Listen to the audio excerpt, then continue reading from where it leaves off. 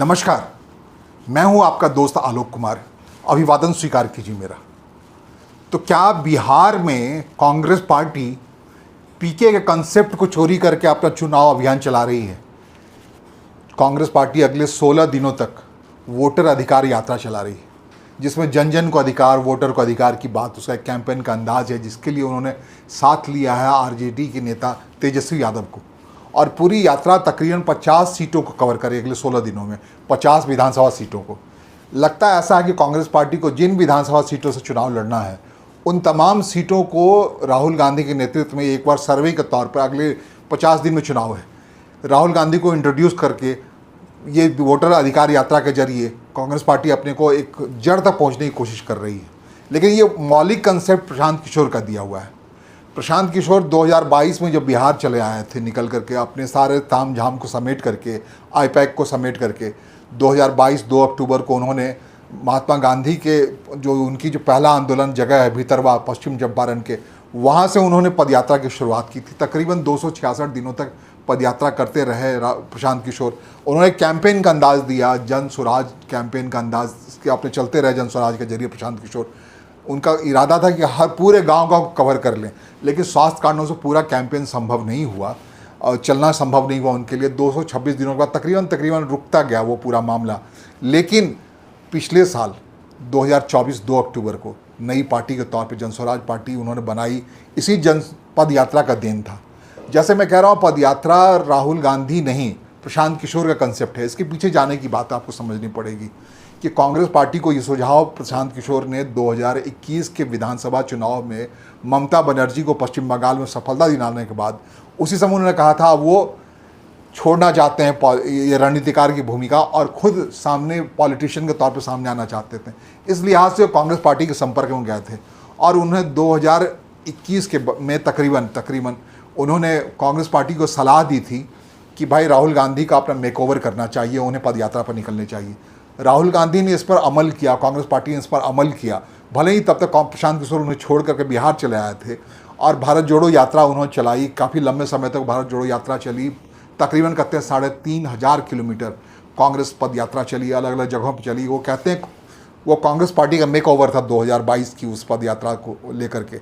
और वही वजह हुई 2024 में कांग्रेस पार्टी एक मुकम्मल तरीके से विपक्ष के कद्दावर पार्टी के तौर पर निकल के आई। तकरीबन 100 सीटें उसके पास आई, 99 लोकसभा सीटें, जो सिमट के काफ़ी तकरीबन 50 से नीचे चली गई थी संसद में, पार्लियामेंट में, लोकसभा में कांग्रेस पार्टी वो खींच करके सीधे 90 पर चली आई।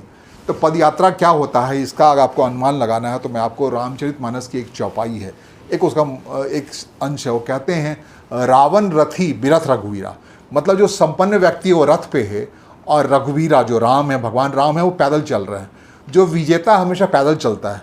ये इस कंसेप्ट को भारत में कई बार आजमाया गया। यही कंसेप्ट राहुल गांधी को प्रशांत किशोर ने सुझाया और ख़ुद इस पर अमल करने चले आए।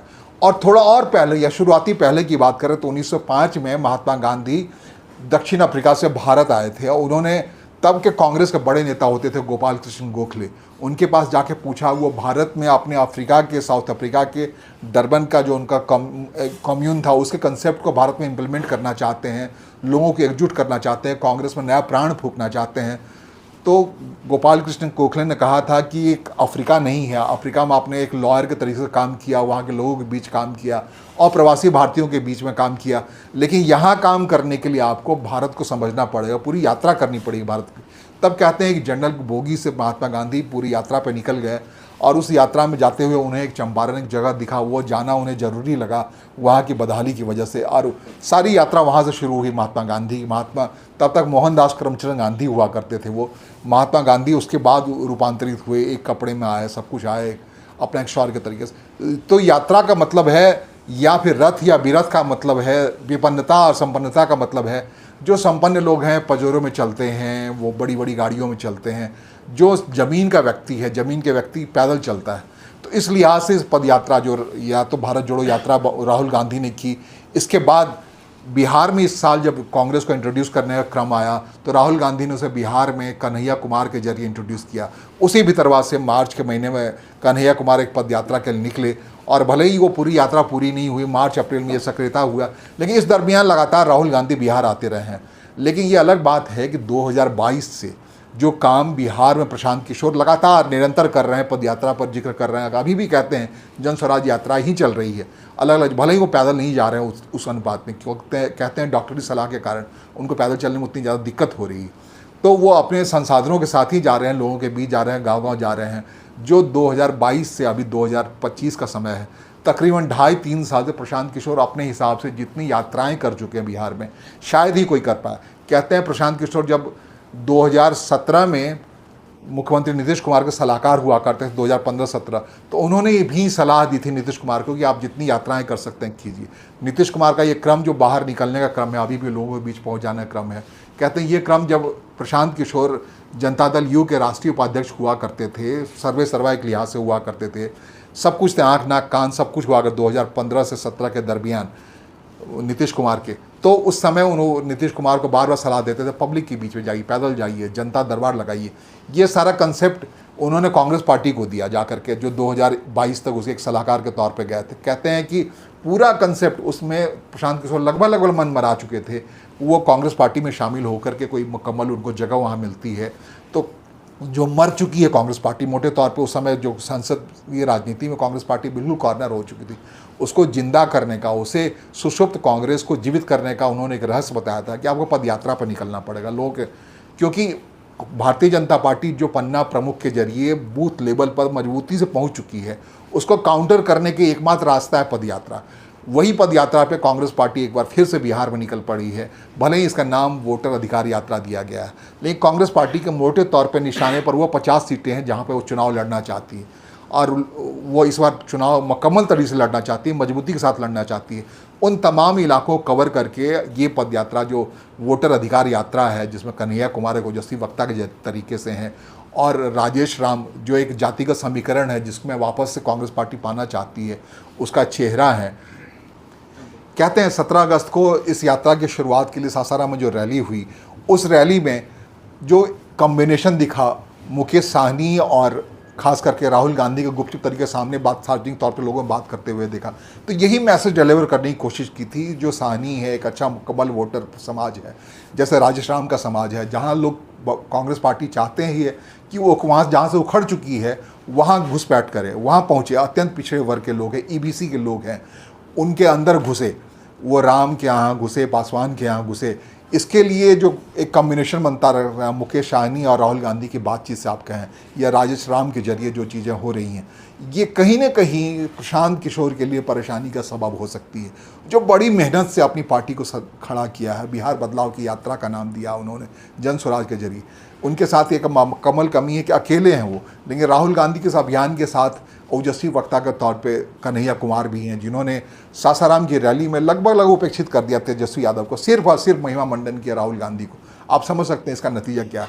एक प्रेशर ग्रुप बनाना चाहती है कांग्रेस पार्टी अलायंस में, महागठबंधन के अलायंस में, इंडिया अलायंस में, कि बिहार में जब सीटों का बंटवारा क्रम हो, तब जो उसके जो अध्यक्ष हैं, जो स्टीयरिंग कमेटी के अध्यक्ष हैं, टिकट बंटवारे के अध्यक्ष हैं, या सीट बंटवारे के जो अध्यक्ष हैं, तेजस्वी यादव पर एक प्रभाव डाला जा सके और कांग्रेस पार्टी को मुकम्मल सीटें मिल पाएँ। जो पिछली बार 70 सीटें लड़ी थी उतनी मिले या ना मिले, लेकिन जिताऊ सीटें मिले, क्योंकि जो उनका स्ट्राइक रेट है 19 अभी विधायक हैं उनका, उससे ज़्यादा आ पाएँ।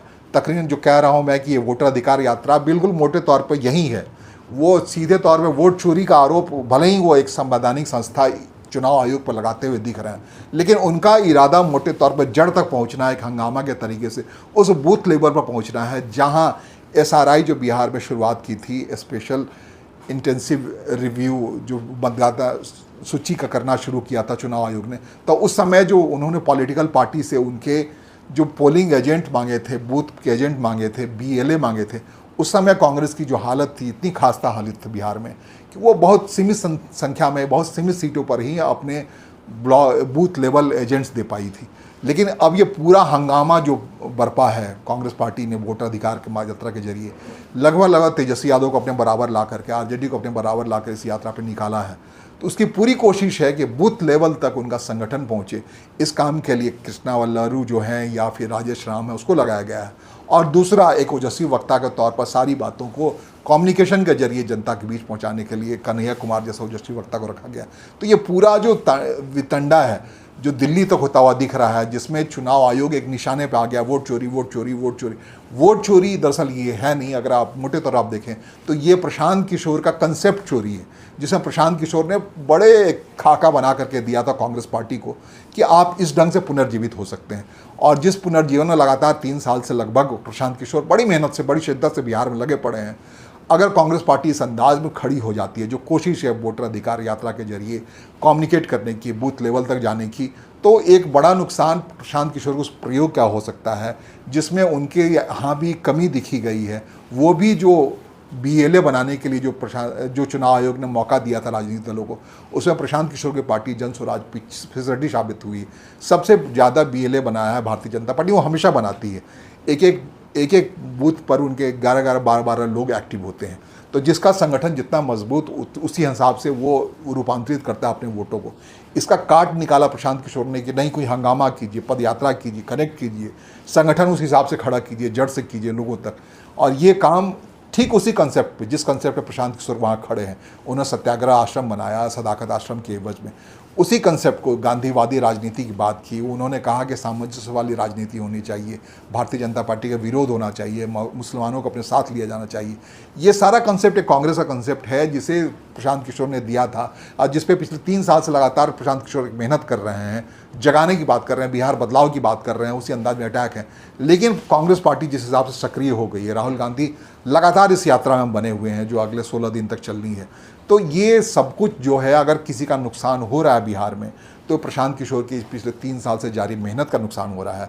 इसमें जो वोटिंग कॉम्बिनेशन बन रहा है वो बड़ा महत्वपूर्ण है। वो देखना होगा कि क्या इसके जरिए कांग्रेस पार्टी जड़ तक, यानी बूथ लेवल तक अपने कार्यकर्ताओं को एक्टिव कर पाती है। अपनी बात, जो सोई पार्टी है 35 साल से सत्ता बाहर है बिहार में, वो उससे सत्ता पहले लालू प्रसाद यादव ने छीना, फिर नीतीश कुमार आए 20 साल से वहाँ बने पड़े हैं।